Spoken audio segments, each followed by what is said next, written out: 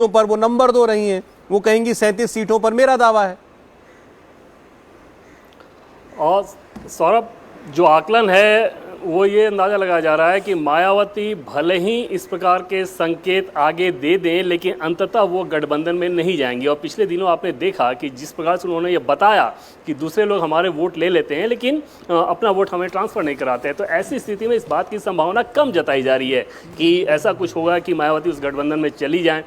लेकिन बहुत फ़र्क पड़ेगा इस बात पर कि मध्य प्रदेश, छत्तीसगढ़, राजस्थान, तेलंगाना जैसे राज्यों के बाद जो माहौल बनता है देश का वो कैसा बनता है, या उत्तर प्रदेश का जो माहौल बनता है वो किस प्रकार का बनता है, वहां पर मायावती शायद अपने अंतिम पत्ते खोलें। लेकिन इस बात की संभावना कम है कि पिछली बार की तरह इस बार भी वो गठबंधन में जाएंगी। लेकिन अगर वो जाती हैं तो इसमें कोई दो राय नहीं कि सीटों को लेकर तो जो खींचतान होगी वो होगी, लेकिन वो जो चुनौती होगी सौरभ, कम से कम 2 जोन में वो गंभीर चुनौती बीजेपी के लिए होगी। हालांकि वो इतनी गंभीर नहीं होगी क्योंकि पिछले 2019 के इलेक्शन में आपने देखा। लेकिन ईस्टर्न यूपी की बात कर लें, उसमें सीट के हिसाब से आप समझ सकते हैं। जैसे गाजीपुर में समाजवादी पार्टी और बीएसपी के 3 कोर वोट को आप जोड़ दें, यादव, मुस्लिम और दलित, वो अपने आप में 57% हो जाता है। और ऐसी कई सीटें पूर्वांचल में हैं। इसके अलावा पश्चिम उत्तर प्रदेश में जहां पर मुस्लिम वोटों का बंटवारा हो जाता था वो नहीं हो पाएगा, तो वहां पर बीजेपी के लिए एक चुनौती ज़रूर आएगी अगर वो तीनों साथ जाते हैं तो। लेकिन इस बात की संभावना कम जताई जा रही है कि मायावती वैसा जाएंगी। और अगर वो चली भी जाती हैं तो वो फर्क सिर्फ यही पड़ेगा कि 5, 7 या 10 सीटों पर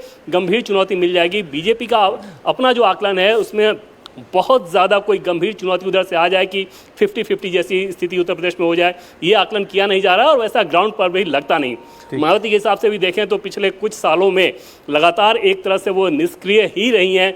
सिर्फ एक जाति विशेष का जो वोट है वही उनके साथ अभी तक इंटैक्ट है। ऐसे में इतने कम समय में कितना कुछ कर पाएंगी, वो क्या कुछ वो करना चाहेंगी, सब कुछ निर्भर करेगा इस बात पर कि विधानसभा के जो नतीजे आते हैं उसके बाद उत्तर प्रदेश का माहौल कैसा बनता है। आप कह रहे हैं कि मायावती इस अलायंस का हिस्सा बने, इसकी उम्मीद कम है। और दूसरा, वो अगर बन भी जाती हैं तो कुछ एक सीटों पर चुनौती बीजेपी के लिए बढ़ेगी, लेकिन बहुत ज्यादा कोई परेशानी नहीं होगी। मलूक नागर को आपने सुना ही था, जो बसपा के सांसद थे, वो कह रहे थे कि मायावती जी को आकर के मनाया जाए मतलब फिर आप मनाने आ रहे हैं तो मतलब फिर वो आप टॉप कैंडिडेट होंगी। फिर वो मायावती जी के अलावा के बिना इस अलायंस का आपको कोई मतलब नजर आता है यूपी में? क्या अलायंस कहना चाहिए? नहीं, अलायंस को मायावती जी आती हैं तो मजबूत अलायंस होगा। और जो सीटों की आप बात करें ना, उसमें बहुत बड़ा कोई फर्क नहीं पड़ रहा, क्योंकि यदि 36 सीटें उनकी देख लें हम, 5 और 31 समाजवादी पार्टी की, और 36 सीटें इनकी, 37 सीटें, तो 72-73 सीटें, और बाकी बचती है 7 सीटें। इससे ज्यादा सीटें तो कांग्रेस को नहीं चाहिए, जेडीयू को भी नहीं, जो क्या नाम है, आरएलडी, उसको भी नहीं है। तो कोई सीटों मतलब वो 2-4 सीटें तो कांग्रेस को भी आप मान रहे हैं 7 सीटों में 2-3 जयंत चौधरी 3-4 सीटें चाहेंगे। नहीं, मैं कह रहा हूं तो वो बिल्कुल एग्जैक्ट ऐसा नहीं हो जाएगा ना कि 37 की 37 वो ले ले और 36 वो ले ले, तो कोई ऐसा नहीं होगा। मायावती के जाने से गठबंधन को फायदा होगा।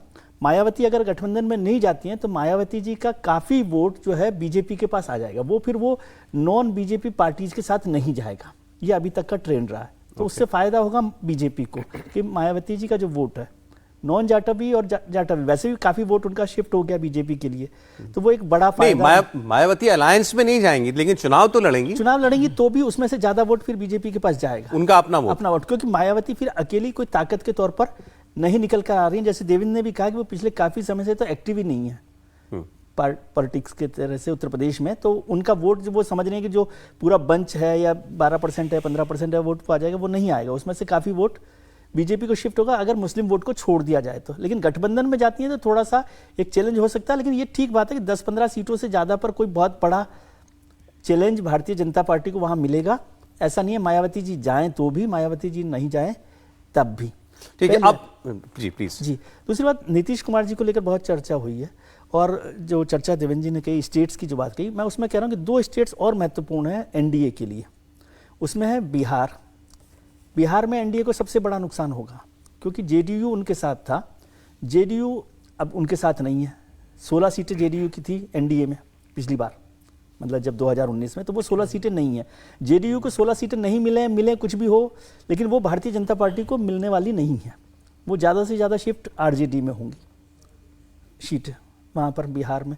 दूसरा, महाराष्ट्र में भी, महाराष्ट्र में शिवसेना बीजेपी का जो बड़ा अलायंस था, वहाँ बड़ा नुकसान भारतीय जनता पार्टी को होगा, क्योंकि जो शिवसेना टूटा हुआ स्प्लिट ग्रुप और अजित पवार जो एनसीपी का स्प्लिट ग्रुप है वो उसकी भरपाई नहीं कर सकता। नहीं, अजीत पवार के आने के बाद भी भरपाई नहीं होगी। तो महाराष्ट्र और जो बिहार है वो एनडीए का नुकसान वाले। ठीक, और ये दोनों वो राज्य हैं जो जिनकी चर्चा विजय जी ने की है, जहां पर ऑपोजिशन का अलायंस ऑलरेडी है, तो वहां कोई उनको नई कवायद नहीं करनी है, वहां कोई बहुत बड़ा खींचतान वाला मसला भी नहीं है, क्योंकि वो एक काफी लंबे समय से एक गठबंधन की शक्ल में वहां पर हैं। आप बिहार को लेकर बोलना चाह रहे हैं? बिहार में पिछली दफा भारतीय जनता पार्टी को 16 सीटें आई थी, ठीक है। 16 सीटों में 14 ऐसी सीटें थी जहां भारतीय जनता पार्टी 50% से ज्यादा मतों से जीती है। मात्र 2 ऐसी सीटें थी, एक राम कृपाल यादव की सीट और एक अश्विनी चौबे जी की, लालमुनि चौबे जी की। ये 2 सीटें, अश्विनी चौबे की 2 सीटें ऐसी थी जहां पर भारतीय जनता पार्टी को 47%, 48% वोट मिले थे। तो भारतीय जनता पार्टी बहुत बड़े नुकसान में रहेगी बिहार में, मुझे ऐसी संभावना नहीं, दूर मैं दूर तक बीजेपी नहीं के नुकसान की बात ही नहीं कर रहा, मैं एनडीए के नुकसान की बात कर रहा हूं। दूसरा मैं उस पर आता हूं, नहीं हो रहा। नहीं, मैं दूसरे पर आता हूं। जो बाकी सीटें जीती थी, जिसको आप कहते हैं जेडीयू को जो सीटें मिली थी, मूलतः जेडीयू के पार्लियामेंट्रियन से यदि आप बात करके देखें पिछली दफा चुनाव में, वो कहते थे हम नरेंद्र मोदी का पोस्टर लगा के रातों रात जीते हैं। नीतीश कुमार की हैसियत के आधार पर नीतीश कुमार, जेडीयू को इतनी सीटें नहीं आई थी, वो भारतीय जनता पार्टी का ही कमाल था, नरेंद्र मोदी का कमाल था खास करके। जो जेडीयू का आदमी जीता वो भी तो मोदी के नाम पे जीता ना, मोदी के नाम पे जीता। इस बार उसको आरजेडी का सपोर्ट मिलेगा ना, बीजेपी का सपोर्ट नहीं मिलेगा, आरजेडी का सपोर्ट। जिस इलाके में बिहार की सबसे मजबूत पार्टी है, इसको आप मानकर चलिए। देखिए, इसको आप इग्नोर मत कीजिए। लालू यादव का जेल भेज दें, नहीं भेजें, लालू यादव करें ना करें, लेकिन आरजेडी, लालू यादव जेल जा रहे हैं क्या? नहीं, मुझे नहीं पता, जो चर्चा चल रही है कि क्या होगा कि क्या नहीं होगा, लेकिन आरजेडी एक मजबूत पार्टी है और आरजेडी के भरोसे ही जेडीयू चल रही है। ठीक है। नीतीश, जो बार बार हम बात करें ना नीतीश कुमार जी के संयोजक होने की, एक तो वो अनऑफिशियल संयोजक हैं, सूत्रधार हैं, कांग्रेस के इनिशिएट पर उन्होंने ये सारा काम शुरू किया। ठीक है। लेकिन अब ऑफिशियली वो बनेंगे कि नहीं बनेंगे, लेकिन मुझे लगता है कि यदि वो संयोजक बन गए ऑफिशियली, तो कहीं ऐसा ना हो कि ये जो पूरा गठबंधन है उन्हें वो मार्गदर्शक मंडल में पहुंचा दे, क्योंकि अब आप संयोजक हो गए, आप नेतृत्व कीजिए इसको। ये बिहार को लेकर के आप दोनों ने आप संशय जाहिर किया। एक बार देवेंद्र से हम बात कर ले, हमारे पॉलिटिकल एडिटर होने के अलावा बिहार के निवासी भी हैं, तो बिहार में क्या वाकई एनडीए का ग्राफ नीचे जाता हुआ दिखाई दे रहा है आज के हालात में? देवेंद्र, सौरभ, 2 चीज़ें। पहली बात तो ये कि जैसे बिहार और महाराष्ट्र की बात, ऑलरेडी इंडिया अलायंस गठबंधन से पहले ही की स्थिति है, वो उसमें अलायंस के बाद कोई बहुत बदलाव नहीं आ रहा है। दूसरी चीज़ की बिहार की अगर बात करें तो एनडीए के हिसाब से इसमें कोई दो राय नहीं है, और बिहार का कोई भी नेता हो, चाहे बीजेपी का हो या सामने वाली पार्टी का हो, अपोजिशन का हो, वो ये बताएगा कि एनडीए जिन सीटों पे 39 सीटों पे पिछली बार जीत हासिल हुई थी उसमें तो कमी आनी ही आनी है, इसमें कोई दो राय नहीं। लेकिन बीजेपी की जो मौजूदा सीटें हैं इसमें कम से कम 5 से 6 सीटों का इजाफा हो जाएगा। सौरभ, कई सारी सीटें ऐसी हैं जिसे आप सीधे सीधे काउंट कर सकते हैं। जैसे सिवान की बात कर लें आप, छपरा में थोड़ा कठिन स्थिति रहेगी, महाराजगंज की बात कर लें, पटना में पटना साहिब की बात कर लें, ये एकदम बीजेपी के लिए सेफ सीट है। पाटलिपुत्र ग्रामीण जो सीट है वहाँ पर बहुत चुनौती रहेगी राम कृपाल यादव के लिए, पिछले चुनाव में भी थी। आरा बक्सर की अगर बात करें तो ये दोनों ही सीटें बहुत आसानी से बीजेपी के लिए रहेंगी। मोतिहारी की बात करें तो बीजेपी के लिए आसानी से रहेगी, बेतिया की बात करें तो बीजेपी के लिए आसानी से रहेगी, दरभंगा की बात करें तो बीजेपी के लिए आसानी से रहेगी। ये सारी वो सीटें हैं जहां पर बीजेपी बहुत आसानी से जीतेगी उस गठबंधन के बावजूद। लेकिन ओवरऑल एनडीए गठबंधन की बात करें तो वहां पर निश्चित तौर पर कमी आएगी, क्योंकि इनके जो सहयोगी हैं वो उस प्रकार से वोट लाने में सफल नहीं हो पाएंगे जिस प्रकार का अपोजिशन का है। जैसे आरजेडी की अगर बात करें सौरभ, सबसे बड़ी ताकत है भाई बिहार में वो पॉलिटिकल पार्टीज में, इंक्लूडिंग बीजेपी, जेडीयू, आरजेडी तीनों की तुलना करें तो वोट बैंक के हिसाब से आपको आरजेडी सबसे ज़्यादा मजबूत स्थिति में इस लिहाज से दिखेगी कि उनका जो एमवाई समीकरण है वो तो इंटैक्ट है ही, इसके अलावा जाति विशेष को टिकट देकर वहाँ पे उस जाति विशेष के वोट में सिद्धमारी करेंगे। कई सारी सीटें ऐसी हैं, जैसे माले की सीटें, माले का जहाँ पर वोट बैंक है वो वोट बैंक भी उनके साथ जुड़ेगा। कांग्रेस पार्टी कुछ जगहों पे अच्छा करेगी ही। तो एनडीए गठबंधन के लिहाज से संख्या में कमी आएगी, क्योंकि ऑलरेडी संख्या बहुत ज़्यादा है। लेकिन बीजेपी के लिहाज से जितनी सीटें बीजेपी की हैं उसमें 5 से 7 सीटों का इजाफा ही होगा, उसमें कमी नहीं आएगी। अब एक खबर क्योंकि ये भी आई कि अरविंद केजरीवाल भी अब बिहार का चुनाव लड़ेंगे। बिहार का चुनाव 24 में, अब 24 में लड़ते हैं में बिहार में, ये पता नहीं कि 25 का तो कह रहे मैं लड़ूंगा। तो एक बार अरविंद केजरीवाल से मैंने इंटरव्यू में ये सवाल पूछा था, बात हुई थी कि बिहार में आप लोग क्यों नहीं उतरते, तो उन्होंने कहा था हमारी पार्टी के पास कोई चेहरा नहीं है, हमारे पास कोई फेस नहीं है। प्रेरणा से वो लड़ रहे हैं चुनाव। अब मेरी प्रेरणा ये है या नहीं ये तो पता नहीं, लेकिन उनको शायद चेहरा मिल गया हो कि तभी वो ये चुनाव लड़ रहे हैं। अरविंद केजरीवाल बिहार की राजनीति में एंट्री कर सकते हैं देवेंद्र, क्या वहां पर उनके लिए आपको लगता है कोई जमीन है? अब बिल्कुल नहीं सौरभ, दूर दूर तक कोई संभावना नहीं नजर आएगी अरविंद केजरीवाल के लिए कि वहां पर जाकर बिहार में कुछ कर पाएं। बिहार का एक सिंपल सा इक्वेशन सौरभ ये रहता है कि बिहार में जो 3 प्रमुख दल हैं, उन 3 दलों में से 2 दल जिस तरफ होते हैं उसकी जीत होती है। लेकिन फर्क लोकसभा चुनाव में इस लिहाज से पड़ जाता है क्योंकि नरेंद्र मोदी जो फैक्टर जब वहाँ पर शामिल होता है तो वहाँ पर चीज़ें बदलती हैं। अन्यथा मजबूती के लिहाज से बीजेपी, जेडीयू, आरजेडी, पूरा आप हिस्ट्री उठा के देखें, इन 3 में से 2 जहां रहते हैं वो बहुत आसानी से अपने पक्ष में नतीजे कर लेते हैं। नरेंद्र मोदी की एंट्री निश्चित तौर पे उस तस्वीर को बदलेगी, लेकिन वो इतनी ज़्यादा नहीं बदल सकती कि वो एक तरफा हो जाए। और बीजेपी का भी कोई भी रणनीतिकार सौरभ इस बात को नहीं वो कहेगा कि एनडीए की पिछली जितनी सीटें थी हमारी उतनी आ जाएंगी या अरविंद केजरीवाल जैसा फैक्टर कुछ काम कर सकता है।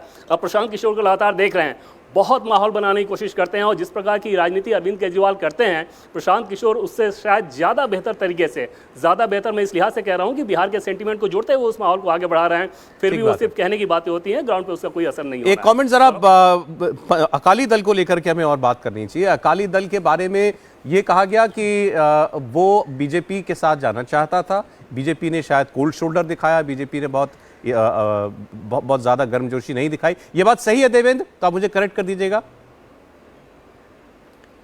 जी सौरभ, क्या अकाली दल वापस एनडीए में आना चाहता है लेकिन बीजेपी इस बार बहुत कीन नहीं है?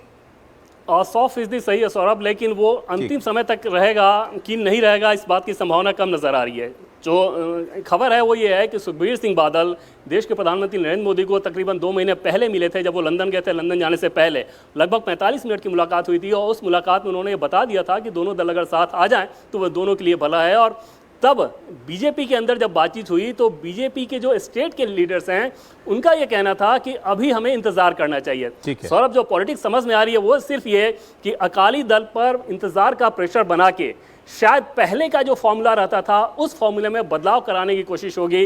लोकसभा चुनाव में सीटों के हिसाब से भी और विधानसभा चुनाव में भी बीजेपी कम से कम 5 से 6 सीटों पर चुनाव लड़ना चाहेगी और उसी लिहाज से अकाली दल को आनन फानन में ग्रीन सिग्नल नहीं दिया गया है। जी ठीक है। वैसे जैसे ही ये खबर आई कि अकाली दल अब इंडिया अलायंस में आना चाहता है या उससे बातचीत हो रही है, तो कांग्रेस पार्टी के लीडर्स ने ये कहना शुरू किया कि अब तो कोई मतलब ही नहीं है कि अरविंद केजरीवाल के साथ जाने का। अब तो अकाली दल भी हमारे साथ अगर आना चाह रहा है तो हमको दिल्ली और पंजाब की सारी सीटें लड़नी चाहिए, यहाँ अलायंस नहीं करना चाहिए। देखिए, मैं तो इस बात को कह रहा हूँ कि अगर नीतीश जी को जल्दी से संयोजक नहीं बना देंगे तो ये जो अलायंस है वो ऐसे भी छिन्न भिन्न हो जाने वाला है।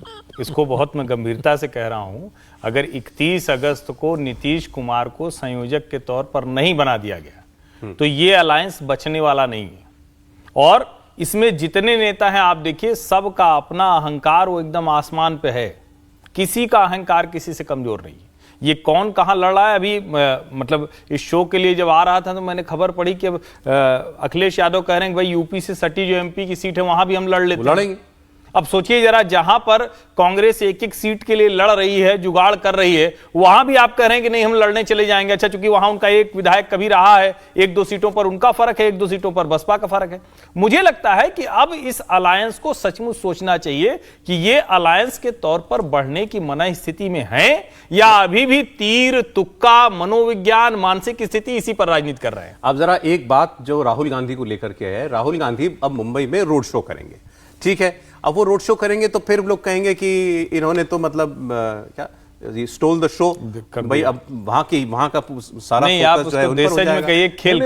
खेल कर दिया उन्होंने। देखिए, शादी मुंबई की बैठक में, देखिए, जबकि होस्ट वहां पर उद्धव ठाकरे हैं। जमघट कोई और लगाए और महफिल लूट के कोई और ले जाए, ऐसा संभव? मन में जलन तो होगी, स्वाभाविक तौर पे है। यदि लेकिन कांग्रेस ने फिर अपना इशारा साफ कर दिया है ना, मंशा साफ कर दी। ये भी देखिए, हमारा नेता चमकता रहना चाहिए, चाहे जगह किसी की भी हो, मंच किसी का भी हो।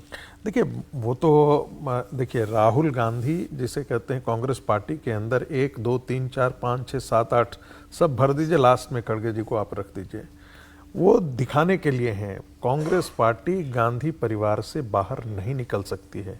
नेतृत्व के तौर पे आप नहीं सर, खड़गे जी को लेकर के बड़ी गंभीरता से बातें हो रही हैं आजकल। खड़गे जी ने कांग्रेस संवार दी है, कांग्रेस में एक सिस्टम बन गया है, ताकतवर नेता के तौर पर उभर कर आ रहे हैं कि मतलब ये नहीं है कि गांधी परिवार और ये भी कहा जाता है कि अब की मतलब वो डे टू डे के लिए कमेटी को आप उनको नहीं जरूरत पड़ती है पूछने की बार बार। जो लोग कह रहे हैं कि बहुत ताकतवर होकर के वो निकल करके आए हैं, आप कांग्रेस की वर्किंग कमेटी को देख लीजिए और तब आपको पता लग जाएगा कि कांग्रेस की वर्किंग कमेटी में कौन कौन लोग लाए गए हैं।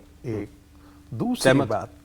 दूसरी बात, जब राष्ट्रीय अध्यक्ष एक सांसद और गांधी परिवार के राहुल गांधी जी के कुर्सी पर नहीं बैठता है, इंतजार करता है राहुल गांधी बैठ जाए तब मैं बैठूं, वो स्थिति देखिए लीडरशिप तो मन स्थिति की बात होती है। नहीं मन स्थिति ठीक है, वो तो अलग सर वो मैं आपको बताऊं भी क्या क्या खबर चल रही है। मैंने भी एक लेख पढ़ा, एक संस्था की पॉलिटिकल एडिटर उन्होंने लिखा कि ये एक किताब आई है नहीं उसके बारे में, कि राहुल गांधी जी को अब एक किस्म से वो रोल ले लेना चाहिए, राजनीति से वैराग्य हो गया, मतलब नहीं अब ये पद की राजनीति छोड़ दें, अब वो मुख्यमंत्री पद के उम्मीदवार बनूंगा, इनकार कर दें इस बात से कि मुझे प्रधानमंत्री बनना ही नहीं है, बनना ही नहीं है, मैं आइडियोलॉजिकल आपका वो रहूंगा, गाइड बन करके रहूंगा। मैं यही बात कह रहा था कि हर्षवर्धन जी की बात में जोड़ दूं, और त्रिपाठी जी ने जोड़ा कि संयोजक के तौर पर नीतीश कुमार जी को बना दें, नहीं तो ये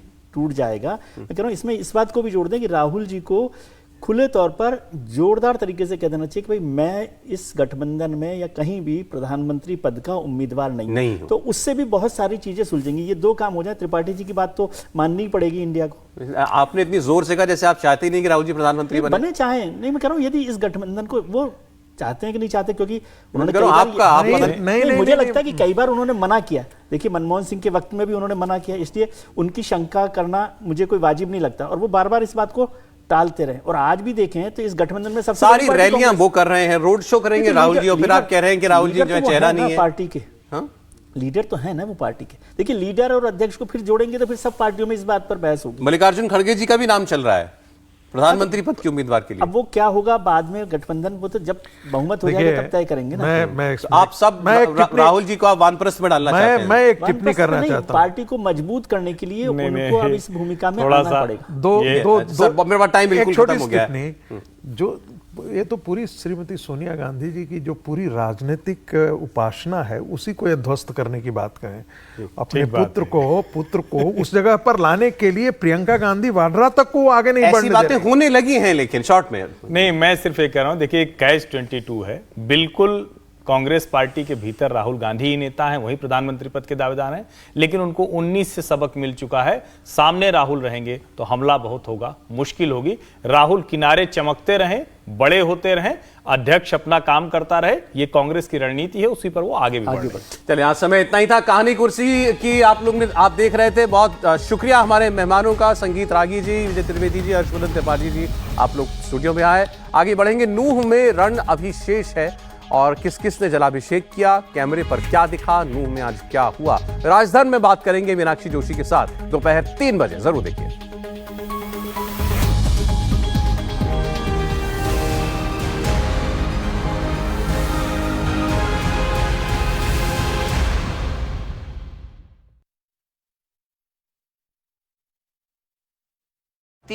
दुर्लभ जड़ी बूटियों से निर्मित केश कांति एडवांस हेयर ऑयल बालों को झड़ने से बचाए, नए बाल उगाए व असमय सफेद होने से मुक्ति दिलाए।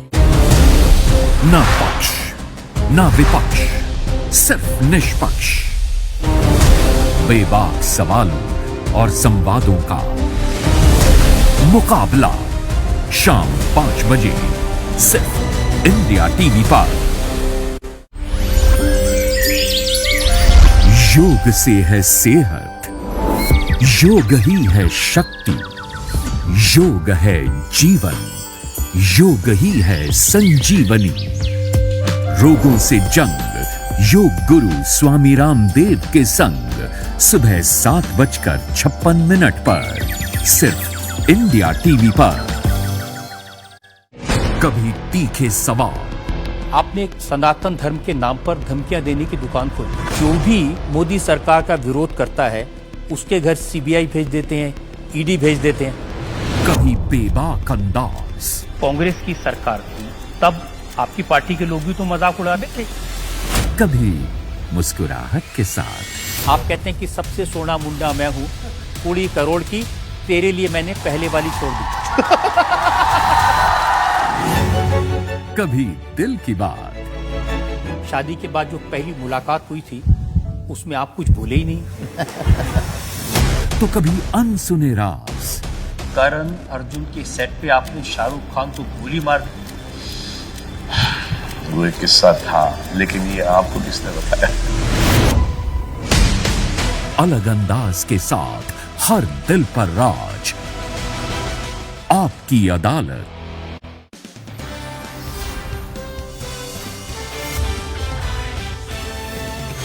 इंडिया टीवी, आपकी आवाज। वर्ल्ड एथलेटिक्स चैंपियनशिप में गोल्ड मेडल जीतकर इतिहास रचने वाले भारत के लाल नीरज चोपड़ा को देश भर से बधाइयां मिल रही हैं। नीरज चोपड़ा के जैवलिन थ्रो में गोल्ड मेडल जीतने पर प्रधानमंत्री नरेंद्र मोदी ने बधाई दी।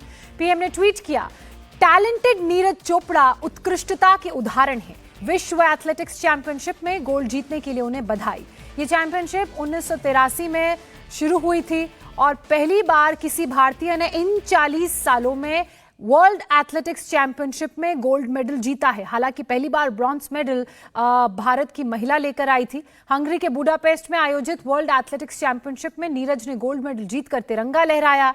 नीरज की जीत पर पानीपत स्थित उनके निवास में जश्न का माहौल है। नीरज ने 6 अटेम्प्ट्स में सबसे बेस्ट 5वां अटेम्प्ट यानी कि 88.17 मीटर का अचीव किया और वही गोल्डन थ्रो भी रहा। हालांकि नीरज के अपने रिकॉर्ड की बात की जाए तो ये उससे कम है। नीरज ने पाकिस्तान के अरशद नदीम को पछाड़ते हुए एक बार फिर से गोल्डन थ्रो किया। नीरज के इस गोल्ड मेडल की अहमियत इस बात से समझी जा सकती है कि पिछले 40 सालों से जब से ये चैंपियनशिप शुरू हुई है, भारत के पास वर्ल्ड एथलेटिक्स चैंपियनशिप में केवल एक मेडल था और वो था ब्रॉन्ज मेडल, जो साल 2003 में अंजू बॉबी जॉर्ज ने लॉन्ग